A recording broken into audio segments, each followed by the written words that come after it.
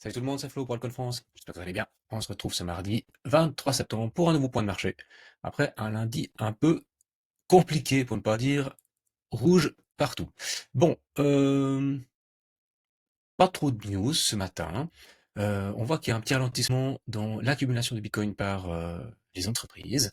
C'est le mois le plus long sur Bitcoin.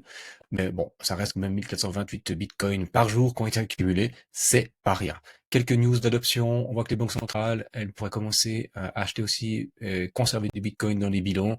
C'est la Deutsche Bank qui l'annonce. Donc voilà, quelques petites news que vous retrouvez bien sûr sur notre application Altcoin France. Donc n'hésitez pas à nous rejoindre, c'est parfaitement gratuit. Vous retrouvez des updates de marché, des informations sur les airdrops, comment farmer les airdrops, quels sont les bons moves à faire, qu'est-ce qui est pratique et utile pour avoir la plus grande chance d'être éligible pour ces airdrops. Donc vraiment super pertinent et tout ça c'est gratuit. Vous nous trouvez aussi bien sûr sur X.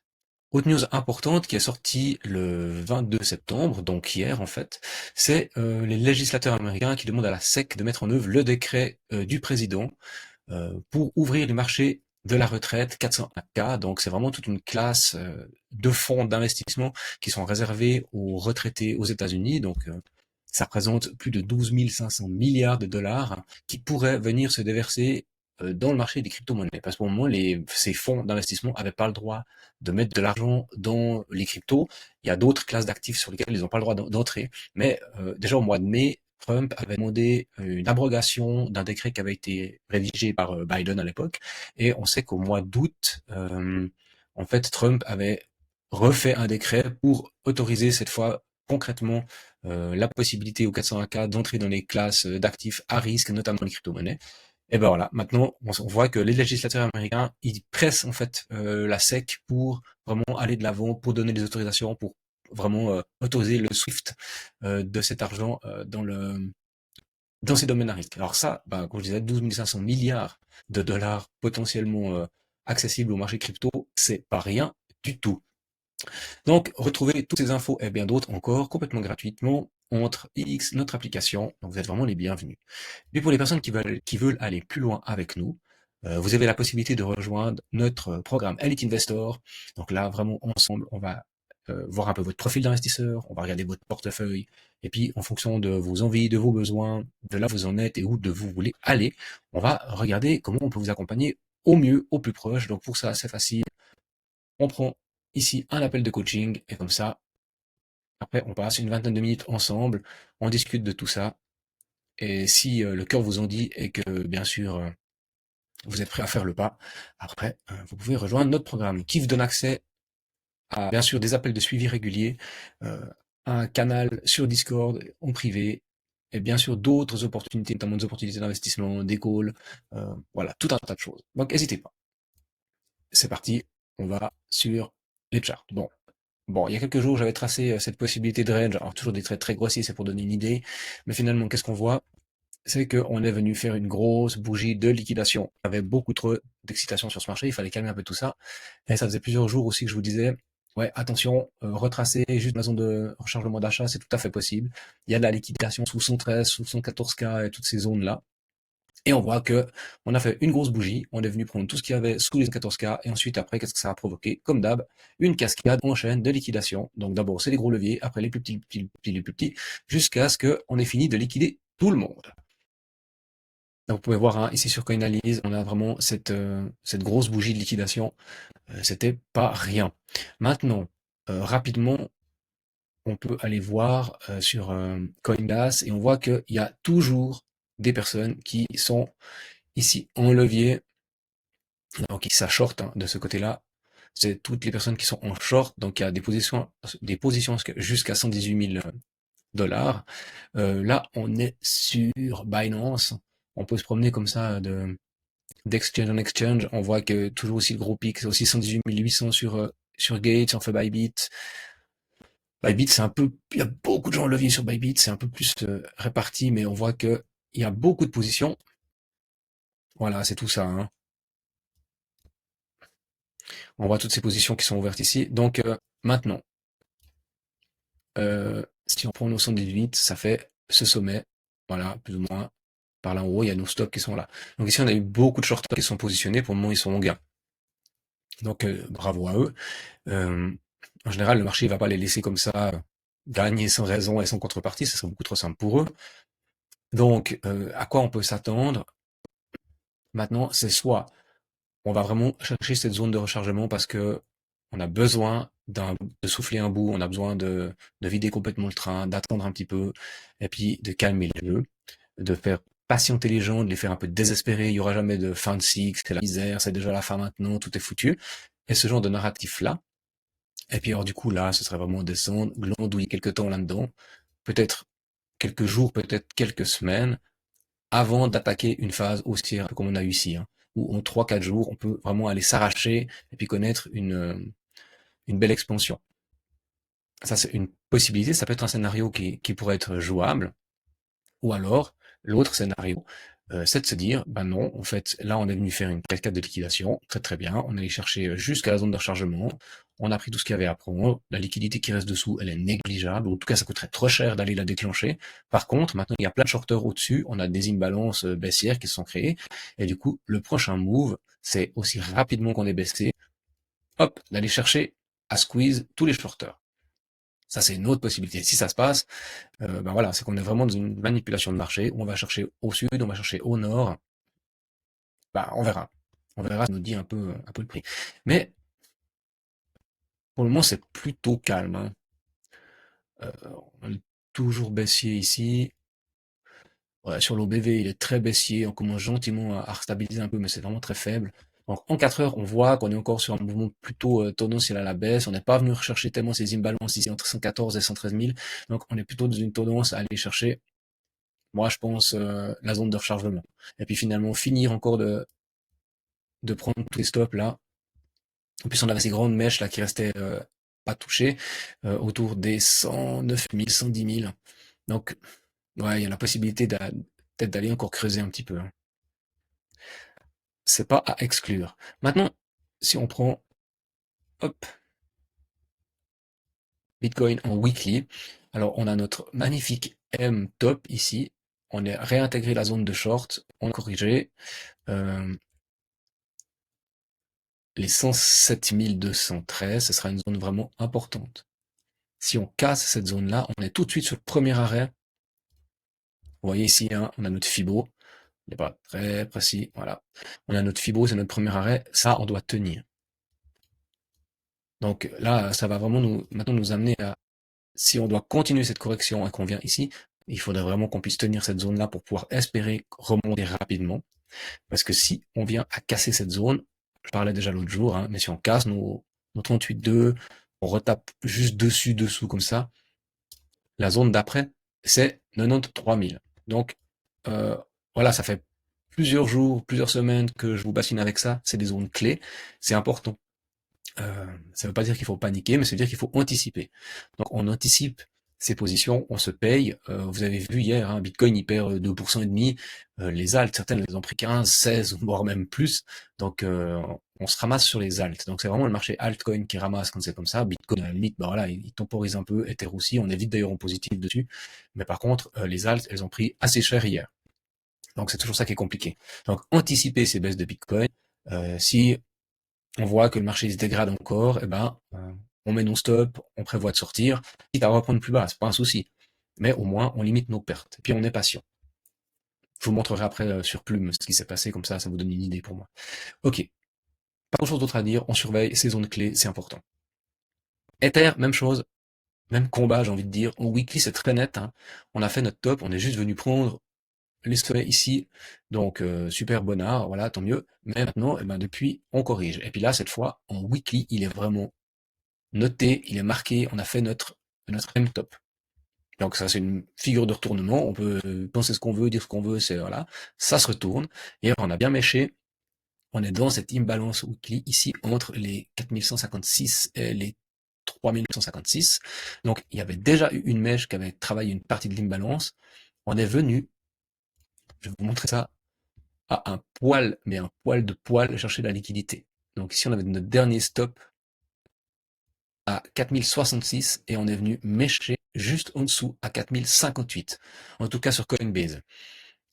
Donc, vous voyez, on est venu vite ramasser cette liquidité ici. Flap, on a pris tout le monde, on a tout sorti. Et ensuite, on ravale le prix. Donc, maintenant, on a cette énorme imbalance baissière qui reste ouverte, avec un trou dans le volume profile, un deuxième trou ici, il y a un 4600, 4500, et puis un 4458 et 4347, plus ou moins. Il y a de fortes chances que le prix revienne travailler à ces zones-là. Par contre, on a une petite zone de résistance ici qui se dessine au 4300. Donc d'abord, il faudra passer ça. Donc ce qui pourrait arriver pour moi, c'est qu'on bataille un petit peu, qu'on revienne tester ici cette mèche, parce que les mèches, elles aiment bien être testées, avant qu'on puisse aller chercher quelque chose plus haut. Bien sûr, c'est Bitcoin qui va décider de la couleur de la journée, hein. C'est toujours la même chose. Mais comme pour Bitcoin, si je regarde mon Fibo que j'ai tracé ici, hein, qui est la dernière jambe haussière finalement, on voit que notre zone de rechargement, elle se situe entre les 3961 et les 3415. Donc, un des membres sur le canal de discussion disait, bah voilà, moi j'ai vendu mes Ethers avant le dump, bien joué, bien vu, t'as bien senti le marché, c'était un bon move. Est-ce que je reprends maintenant? Est-ce que je reprends après? Alors là, il va falloir descendre dans les plus petites time frames et puis un peu voir si on a des retournements de marché ou pas. Pour le moment, si je vais en 4 heures, qu'est-ce qu'on voit? Bah, pas grand-chose. On est toujours baissier sur les oscillateurs. Pour le moment, on n'anticipe pas vraiment une remontée rapide. Ou alors, ce qu'on pourrait voir, c'est, comme je disais, venir gratter un peu dans cette imbalance, puis venir rechercher par exemple une zone de short ici, entre les 4408 et 4347. Mais là, c'est du trading, c'est-à-dire qu'on a déjà, ah non, celle-là, non, elle est pas plus basse, c'est celle-là la plus basse, mais on pourrait se dire, ok, on a fait notre bougie, on vient clôturer au-dessus. Là, on a fait une bougie baissière, mais qui a clôturé plus haut. Maintenant, on est en train de faire une bougie plus haute aussi. Donc, si celle-là, elle clôture au-dessus de celle-là, donc 4204, si on clôture au-dessus des 4204, on aura gentiment un W qui se dessine. On pourrait se dire, OK, on a notre structure de retournement, je prends position là, ainsi, avec un stop sur la structure, et je vise le haut de l'imbalance, ou bien ma zone de short, quelque chose comme ça. Vous voyez que le RR, il est un peu faible, puis en plus, comme on a cette grande mèche là, qui descend jusqu'à 4000, eh ben, c'est un peu compliqué, parce que on pourrait très bien avoir un mouvement correctif qui vient retravailler cette mèche. Donc pour moi, les setups ici sont un peu compliqués à prendre. Il faudrait encore aller dans les plus petites time frames. Alors là, plus on va dans les plus petites time frames, plus il faut être réactif et puis vraiment au clair avec ces setups. Donc moi, je vous les conseille fortement. Pour le moment, on patiente. Parce que tant qu'on n'est pas venu break des sommets plus hauts, la tendance maintenant, elle est baissière. Donc on peut venir là, hein, dans la zone de short, et puis repartir à la baisse. Ça, il n'y a personne, ce serait pas du tout un problème. Donc voilà, là, il va falloir être un petit peu patient sans doute les prochains jours. Et puis, ma foi, si tu as vendu à 4700 ou à 4600, bah, que tu puisses rentrer ici sur un mouvement haussier, que tu rentres, on dit, entre 3009 et 4002, bon bah, ok, tu seras quand même en bénéfice sur ce mouvement correctif. Mais patience. Là, on est vraiment entre rien et rien, donc il y a de fortes chances qu'on n'aille plus. Ou alors peut-être que si on prend ce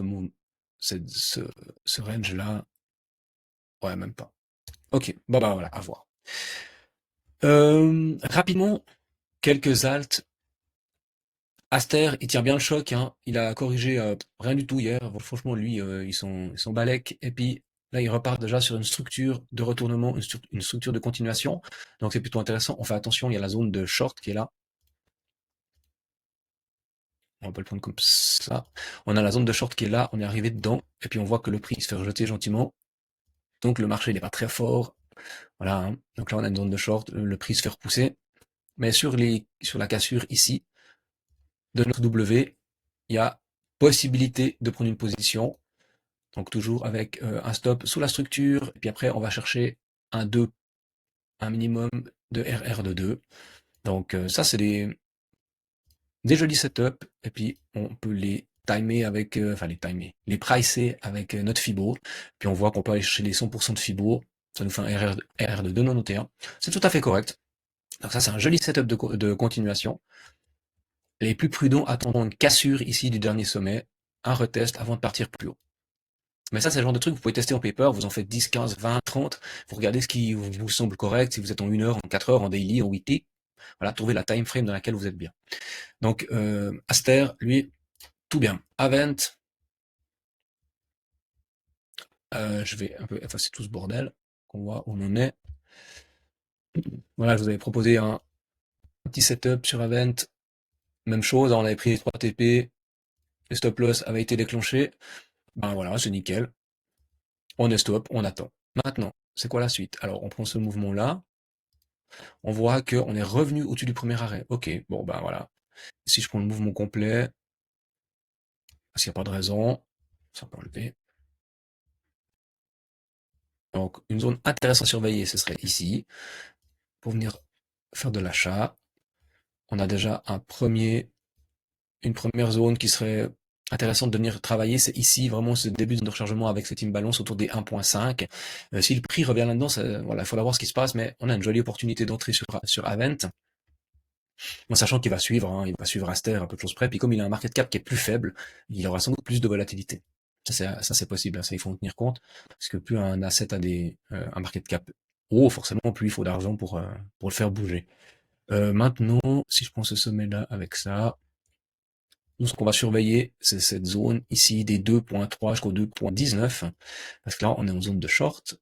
Et bien sûr, le prix, il pourrait revenir travailler ça en nous faisant croire qu'il prend un peu de la force, puis en fait, repartir chercher plus bas. Ça, c'est possible. Mais pour le moment, tant qu'Aster tient la route, tant qu'il y a Sizi qui nous fait miroiter des trucs sur ce projet et tout ça, c'est clair que ça risque de push pas mal. Puis bien sûr, ils ont annoncé qu'il y avait possiblement un deuxième airdrop et tout ça, donc il y a de l'attraction sur Aster, ça, c'est sûr. Puis bon, ce joli petit combat entre Hyperliquid, Aster, il y en aura d'autres, hein, je pense qui vont arriver de ces decks.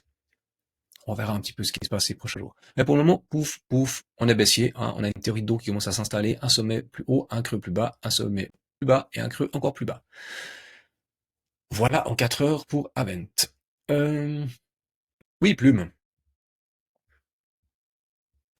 On en parle régulièrement, Plume, hein, c'est un projet RWA qui a plutôt tendance à être assez positif. Euh, L'exemple que je voulais vous donner, c'est que on a call Plume, hein, plus ou moins là en bas à 0,083, avec différents paliers de TP, notamment un au premier arrêt ici, enfin, entre le premier arrêt et puis ce sommet ici au 0,13, mais avec d'autres TP bien plus hauts. Malheureusement, on n'y est pas venu. Ce qu'on a fait, c'est qu'on est venu prendre ce sommet ici, très bien, avec un premier TP, mais le reste, il est resté, entre guillemets, voilà, pas touché, avec retournement. Mais comme on avait pris notre premier arrêt, ce qu'on vous dit souvent, c'est que vous remontez votre stop loss, au moins à break-even. Mais comme on était assez haut, que le marché commençait à structurer du M, le bon move, c'était de se dire, on fait gaffe, on a déjà plusieurs zones clés, on remonte notre stop en dessous du premier arrêt. Donc, en dessous de cette zone-là. Ok, très bien. Eh ben, qu'est-ce que le marché est venu faire? Eh ben, il est venu nous stop. Ok, bon bah c'est pas grave, hein. Ce qu'on attend, c'est plus bas. Et du coup, on a même mis le stop plus haut, sauf erreur. Je sais plus exactement où il était, mais par là. Eh ben, on attend, pas de panique, on a pris un TP, c'est super. Maintenant, on laisse courir le prix, on regarde ce qui se passe. Et on voit que finalement, ben, après ce range, on aurait pu un peu paniquer puis dire, oh là là, ça va remonter, on est venu retoucher notre stop loss. Non, on attend, on est patient, et puis, ben, finalement, on voit qu'on revient dans notre zone de rechargement. Il n'y a pas de magie, hein. En règle générale, en finance, sur les marchés, les zones clés, c'est des zones clés. C'est comme ça. Il y a comme une espèce d'aimant, le prix a besoin d'aller dedans. Les bots de trading sont configurés pour jouer ces zones mathématiques. Donc, bah, si des bots doivent parier à la hausse, à la baisse, ils attendent ces endroits vraiment institutionnels. Et on y arrive gentiment. Maintenant, où c'est qu'on va aller là-dedans? Bon, voilà, on voit qu'on a une zone ici à 0,09 qui fait un peu résistance. On va regarder un petit peu s'il y a des imbalances. Il y en a une ici à 0,096. Ok. Bon, bah, si le prix il redescend jusque là, jusqu'au milieu de notre zone de rechargement, eh ben, sans doute qu'on aura des entrées qui commencent à être intéressantes. Donc, je me suis fait stop, je peux reprendre la même position que je me suis fait stop, eh ben, ça m'aura fait un bénéfice de 19%. Très bien. Et si au contraire, le prix était revenu au-dessus de mon stop loss, comme il a fait ici, hein, cette petite mèche, et que on aurait pu paniquer un coup, puis se dire, oh là là, merde, on s'est fait stop pour rien, eh ben, c'est la même chose, c'est pas grave, on était en TP positif en haut, on attend une structure, on regarde ce que le prix nous donne, et si vraiment on a une structure de retournement intéressante, eh bien, on reprend pour le montant investi, on reprend une position à la cassure ici, puis voilà. Et on a perdu, allez, 5% de l'investissement, mais comme on a TP ici, on est en positif. Et au moins, on est sécure. Donc ça, c'est hyper important dans ces mouvements un peu de volatilité, hein, ces derniers jours, de pas paniquer et puis tout simplement d'observer le marché et puis de se sécuriser. Mieux vaut vendre trop tôt. Toujours. Au moins, vous avez vendu. Et vous êtes en positif. Mais vaut faire 3,50 € ou 3,50 $ de bénéfices que pas de bénéfice du tout. C'est toujours la même chose. Au moins, ce qui est important, c'est de pouvoir rejouer, de pouvoir remiser quelque chose. Si vous faites rect par des leviers parce que vous avez fait les fous et puis que vous n'avez pas managé votre risque, vous pouvez plus rien rejouer, vous pouvez plus rien retenter. Tandis que si vous avez un management correct, ok, ben on n'a pas fait les fois 2,5 qu'on voulait, on a fait que 37%, eh ben c'est déjà énorme. Voilà. Pic, pour finir, euh, j'étais pas tendre avec Pic là ces derniers jours. Mais pour le moment, on voit qu'il tient bien la baraque, hein, puis qu'il est venu corriger assez fort hier, mais il tient son canal Vega daily. Donc pour le moment, c'est plutôt positif ce qui nous fait pic. Moi, j'attends la zone de short pour voir un petit peu quoi, comment. Euh, c'est plutôt intéressant, hein. Si il tient sa zone de short et qu'il continue à imprimer comme ça une jolie structure, quand on commence à regarder en weekly, on voit qu'on a un truc assez costaud, hein. Il pourrait tracer encore un petit peu que ce serait pas catastrophique, mais on voit que gentiment là, on a quelque chose de joli qui se dessine. Voilà, voilà, je crois que c'est tout pour aujourd'hui. En tout cas, n'hésitez pas à mettre en commentaire les projets que vous voulez que j'analyse, ou à les mettre aussi sur l'application. Vous pouvez sans autre lâcher un message dans le canal public, j'y réponds très volontiers. Ah bah ouais, on voit qu'il y a Adam qui demande les niveaux actuels sur Aven s'ils sont bons pour recharger. Bah, si t'as écouté la vidéo, t'auras ta réponse. Extra, nous on se retrouve sans doute jeudi, c'est qu'on est déjà mardi, oui, sans doute jeudi pour un nouveau point de marché, parce que demain il y a le live, Seiya est de retour, donc ce sera Seiya et Valentin que vous retrouverez en live. Allez, moi je vous souhaite une bonne journée, je vous dis à bientôt, ciao!